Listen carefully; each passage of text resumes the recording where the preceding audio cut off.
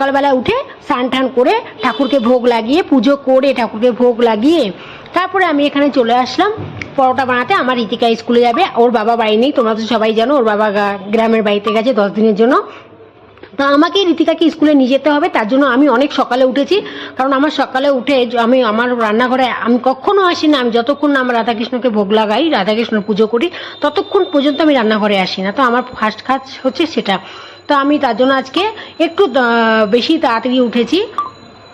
সকালবেলায় 5:30টার মধ্যে আমার মোটামুটি ঘুমটা ভেঙেই গেছে।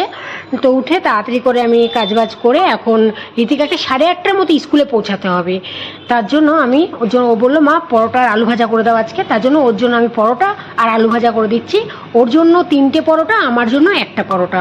আমি একটাই পরোটা খাবো আর বাকি মুড়ি খেয়ে নেবো আমি, কারণ আমি আটাটা মেখেছি। আমি বেশি রুটি খাই না, রুটি যদি 1টা 2টো খাই তার সাথে কিছু মুড়িও খাই, একবারে 1 গাদা রুটি আমি খাওয়া